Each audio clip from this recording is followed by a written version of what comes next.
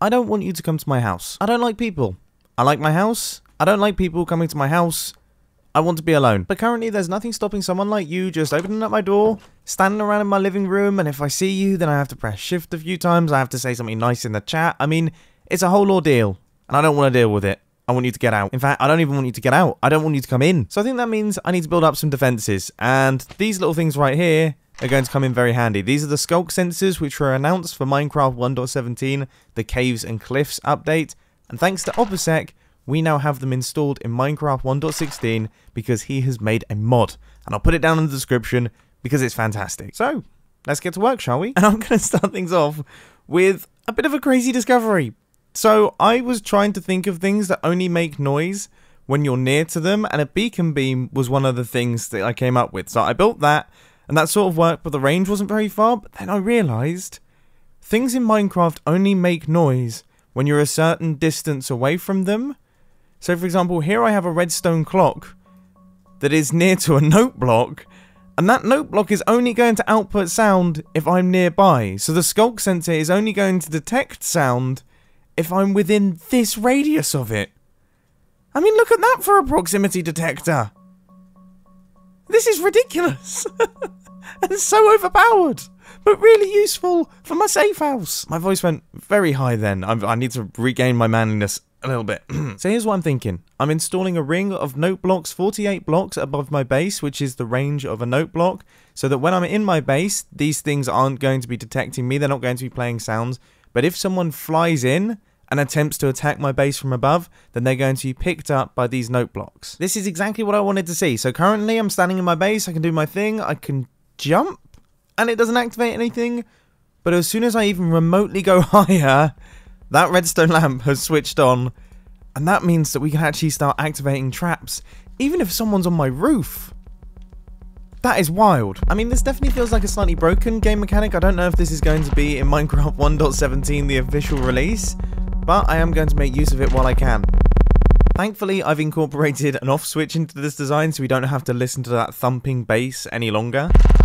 I'm having way too much fun doing that. And I've done a lot of thinking about what trap I want to hook up into this system, and I've concluded that the best trap is no trap at all.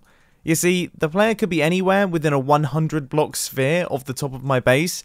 That's quite a big area to search for players, and it's very unlikely that I'm actually going to hit them with any form of trap. So instead, I've just installed a little alarm system. So if I'm chilling out in my base, everything is silent, and then a player flies through the zone, then that note block right there is going to start playing, and it's going to alert me that there's a player nearby. So then I can quickly run outside and fire copious amounts of eggs at them. In fact, I would argue that we probably don't need any more defense than that. I certainly wouldn't be coming into someone's base if they fired eggs at me. However, for the sake of the video, let's keep going. My second line of defense is going to work in a similar fashion to the first line of defense, but it's going to be on a smaller scale.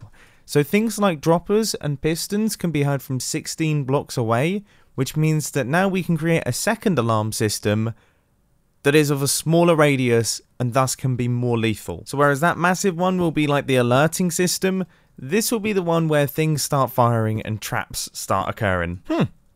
That's very interesting.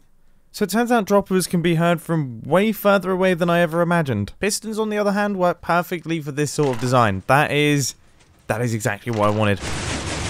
The issue with redstone contraptions that rely on noise is that all of them have to be incredibly noisy for them to work properly. I do apologise. So you join me at my title screen. You see, my idea kind of didn't work. The arrows land, and that's a sound. And that has led to a situation like this, where I can't really stop it. Stop.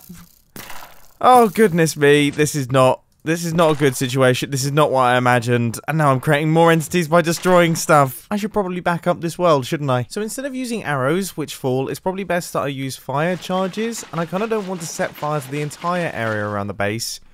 So I was originally thinking water, but you know what? I mean, given that this is a safe house, it probably makes more sense that I actually use lava. So I've hooked up a little slice of the system just to give it a quick tester.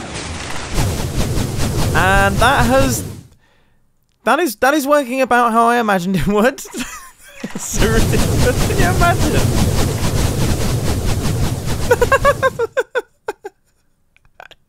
This is the strangest stuff. This is the strangest stuff. We've never had anything like this in Minecraft before. That is wild. And this is just defenses against people flying in. I mean, we're going to have more stuff on the ground. In fact, one form of ground defense that we can actually integrate with this system is a wall that if an attacking player wants to jump over, they're actually going to activate this system and be completely blasted by fireballs. I mean, it's so ridiculous. And of course, you can't possibly have a safe house without having some form of border wall. And I must admit, with everything constructed, I mean, I'm already happy with this thing. Like, this already looks like a pretty solid safe house. I feel like I don't need to do much more. But because I'm a ridiculous human being, we're going to keep going. This part is relatively low tech compared to a lot of the stuff that we've already done. But I feel like I couldn't possibly build a safe house without having some form of agriculture element. So we've got a little bit of wither rose action. And now we have a little bit of berry bush action going on as well. Now, I must admit, if they manage to get past all the defenses and then they get killed off by this, that is a tiny bit embarrassing.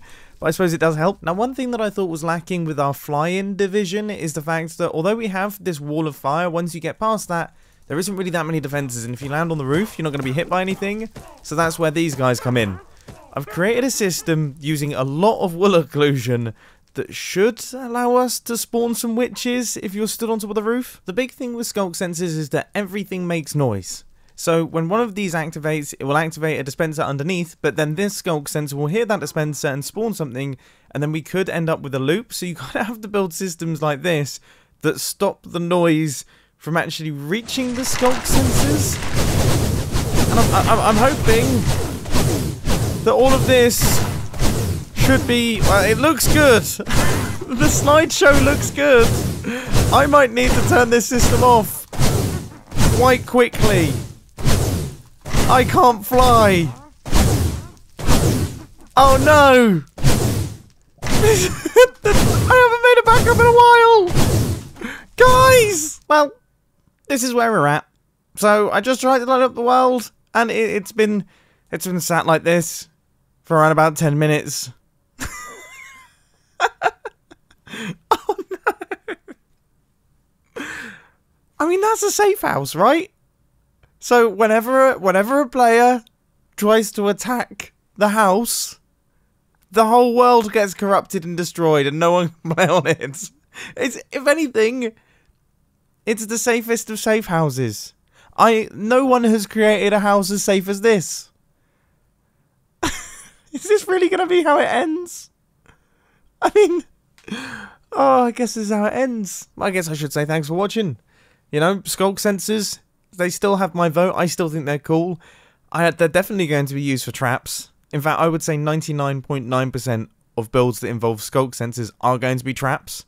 The remaining 0.1% are just going to be weird things, technical bits. But yeah, there's going to be a lot of death when Sculk sensors get introduced.